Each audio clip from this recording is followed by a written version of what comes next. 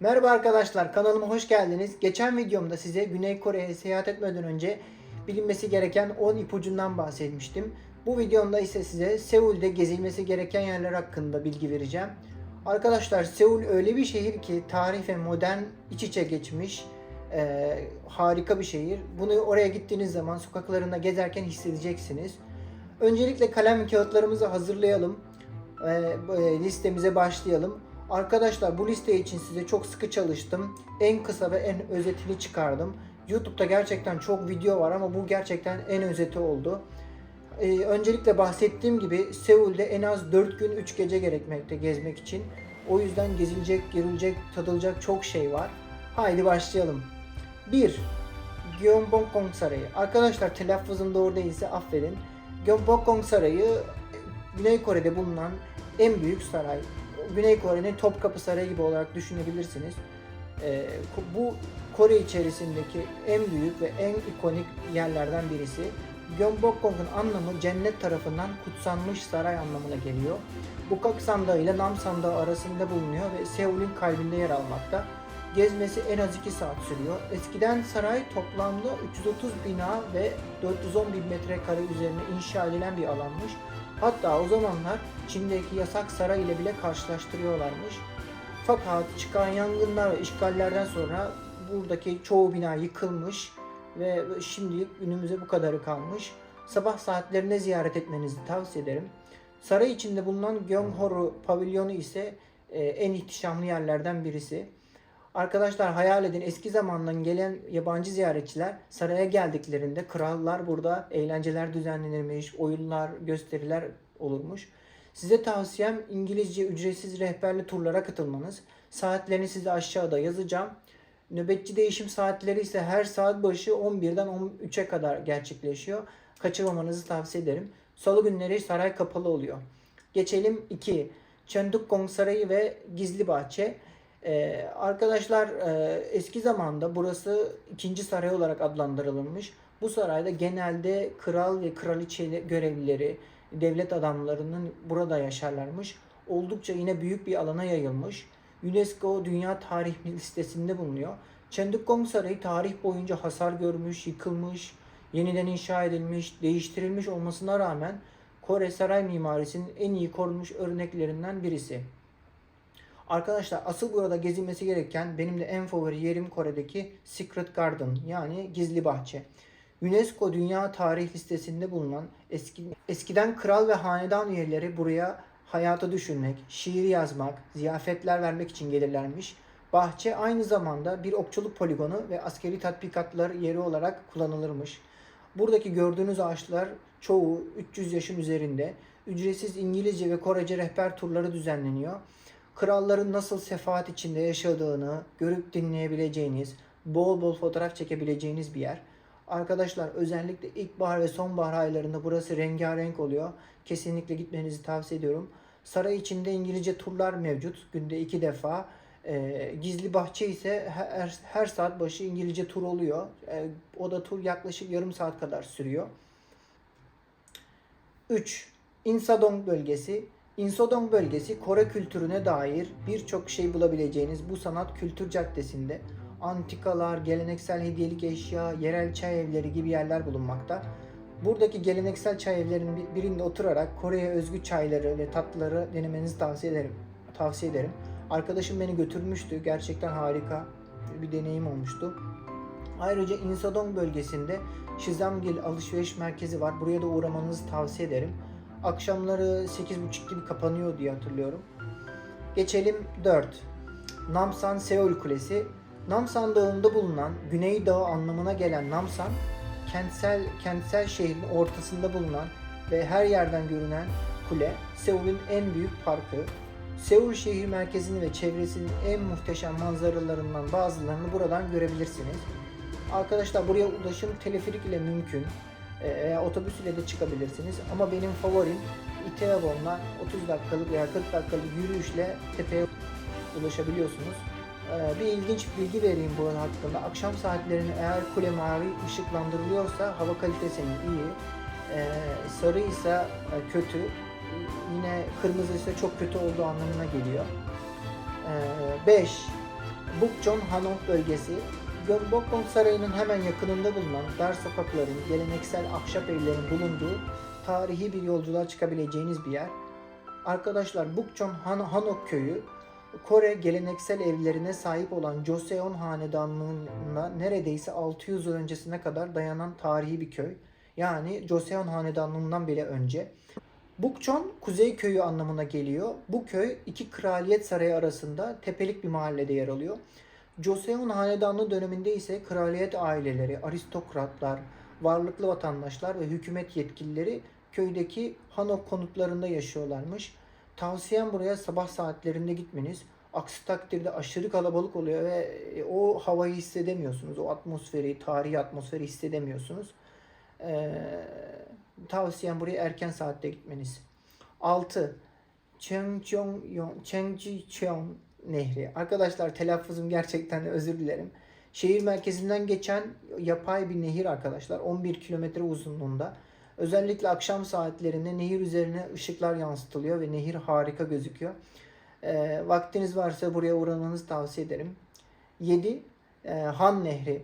Arkadaşlar Han Nehri şehrin tam ortasından geçen harika bir nehir. Size tavsiyem burayı bisiklet kiralayarak manzaranın keyfini çıkararak gezmeniz. Ayrıca yol kenarında mola vererek piknik de yapabilirsiniz. Sizin için Strava'da rota çizdim. Aşağıdaki linkten ulaşabilirsiniz. Bu şekilde yolunuzu bulabilirsiniz. Özellikle akşam vakitlerinde ışıklandırılmış kenardaki aydınlatmalar ve köprüler harika bir manzara sunuyor. 8. Jomgyo Tapınağı. Arkadaşlar bu tapınak aslında çok fazla turistin bilmediği bir yer. Korelilerin eski zamanda krallarının nasıl gömüldüğünü, Kore geleneklerinin daha yakından tanıyabileceğiniz harika bir yer. Ölen kralların tapınağı olarak biliniyor. Bu tapınak kralların ruhunun hala orada bulunan odalarda yaşanıldığına inanılıyor. Ayrıca UNESCO Dünya Tarih Listesi'nde. Bilet fiyatları yaklaşık 1000 Kore wonu. Rehbersiz gezmemenizi tavsiye ederim. Çünkü hiçbir şey anlamazsınız. Rehberli turlara katılmanızı tavsiye ederim. Tur rehber saatlerini burada belirteceğim. Geçelim hemen yakında bulunan 9. Kore Ulusal Saray Müzesi. Kore Ulusal Saray Müzesi ise eğer tarih meraklısıysanız ve Kore'nin geçmişini, krallık zamanlarını öğrenmek istiyorsanız bu müzeyi ziyaret etmenizi tavsiye ederim. İçinde hala 900'den fazla kalıntı ve 40 bin eserden oluşan bir koleksiyon var. Çoğu turistin es geçtiği bir yer. Fakat içerisi gerçekten etkileyici. Jomgyo Tapınağı'na gitmeden önce buraya gezmenizi tavsiye ederim. Ücretsiz tur olmazsa olmaz. Ayrıca girişi de ücretsiz. İngilizce ücretsiz rehberli turlar saat 11 ile 14.30'da 2 defa günde düzenleniyor. Tur saatlerini ve bilgilerini aşağıda size bildireceğim. 10. Kore Savaş Müzesi. Arkadaşlar bu müze barışı sağlamak için savaşa hazırlan sloganıyla savaşlarla geçen bir ülkenin hikayesini anlatan bir müze. Savunma sanayi ile ilgileniyorsanız müzenin dışında bulunan uçaklar, tanklar oldukça etkileyici. Kore Savaşı ile ilgili sergiler bulunmakta. Ayrıca benim en çok etkilendiğim, en çarpıcı bölüm 2021 gibi yakın bir tarihe ait sergilerin yer aldığı Kuzey Kore Tehdidi bölümü. Burada en az birkaç saatinizi geçirmenizi tavsiye ederim.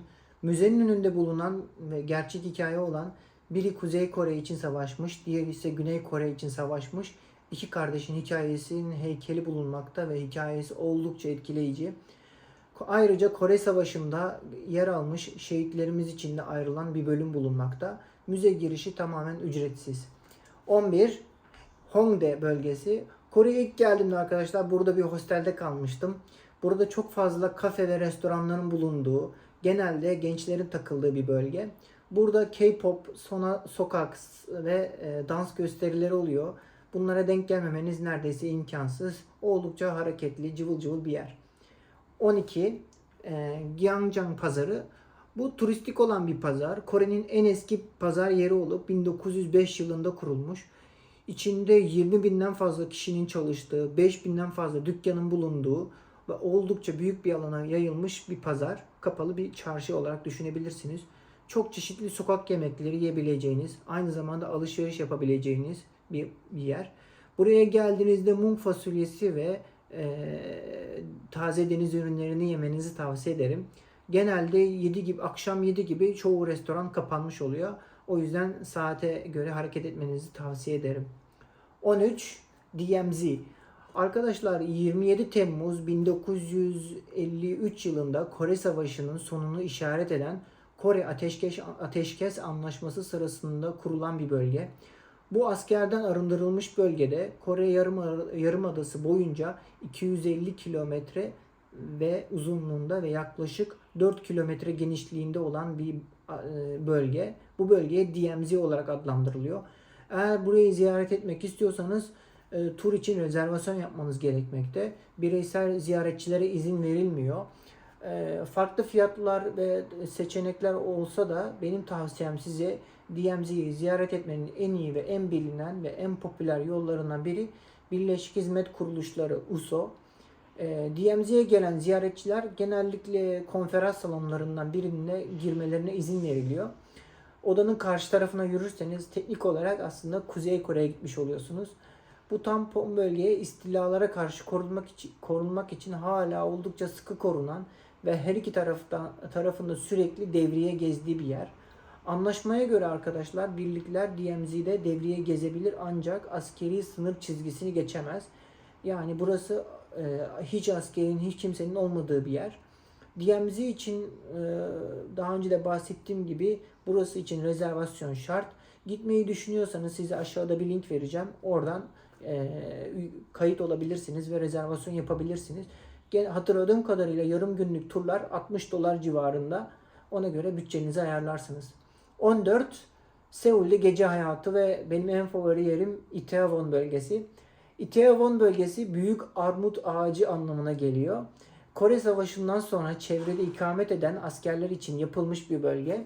Itaewon, Seul'de Korelilerin değil de daha çok yabancılarla çevrili olan bir yer. Yani çok fazla yabancının olduğu bir yer. Burada çok sayıda bar, gece kulübü, restoran, sokak gösterileri ve sokak yemekleri bulabilirsiniz. Akşam vakitlerinde gitmenizi tavsiye ederim. Özellikle cuma ve hafta sonları sokaklar aşırı kalabalık oluyor. Itaewon'da ayrıca çok sayıda Türk restoranı da görebilirsiniz. Burada YouTuber Özcan abi var. Daha önce kendisiyle arkadaşlığımız, dostluğumuz var. Kendisi Sultan Kebap Evi'nde çalışıyor. Ona bir uğrayıp selam verebilirsiniz. Size ikramda bulunacaktır. 15. Seul'de alışveriş. Arkadaşlar Seul'den alışveriş yapmadan dönmeyin. Kore'de alışveriş için çok fazla bahane var. Alışveriş yapmak için çok fazla bahane var. Bunlardan birisi Samsung marka tablet, telefon ve laptop fiyatları oldukça uygun fiyata alabilirsiniz. Yalnız tax free fatura talep etmeyi unutmayın. Alışveriş için Myeongdong bölgesini tavsiye ederim. Cilt bakım ürünlerinde yine oldukça çok fazla çeşitlilik ve hangisinin iyi olduğunu anlamak oldukça zor.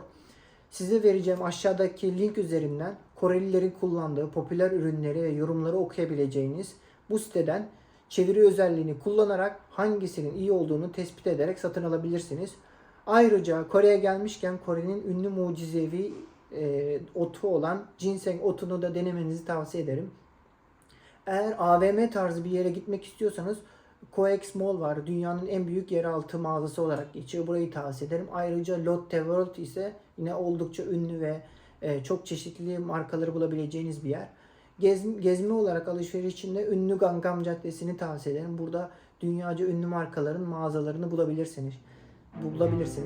İşte Seul'de gezilecek yerler bu kadar arkadaşlar. Seul'de ara sokaklara girmekten korkmayın. Kaybolmaktan korkmayın. Korelilere Türkiye'den geldiğinizi söylerseniz size kardeş ülke deyip size yardımcı olmaktan mutlu olacaklardır. Yeni tatlılar denemekten çekinmeyin. Unutmayın ki siz karşınızdakine saygı gösterirseniz onlar da size saygı ve sevgiyle cevap vereceklerdir. Bir sonraki videoda görüşmek üzere. Kanalıma abone olmayı unutmayın ve videoyu beğenmeyi unutmayın arkadaşlar. Görüşmek üzere.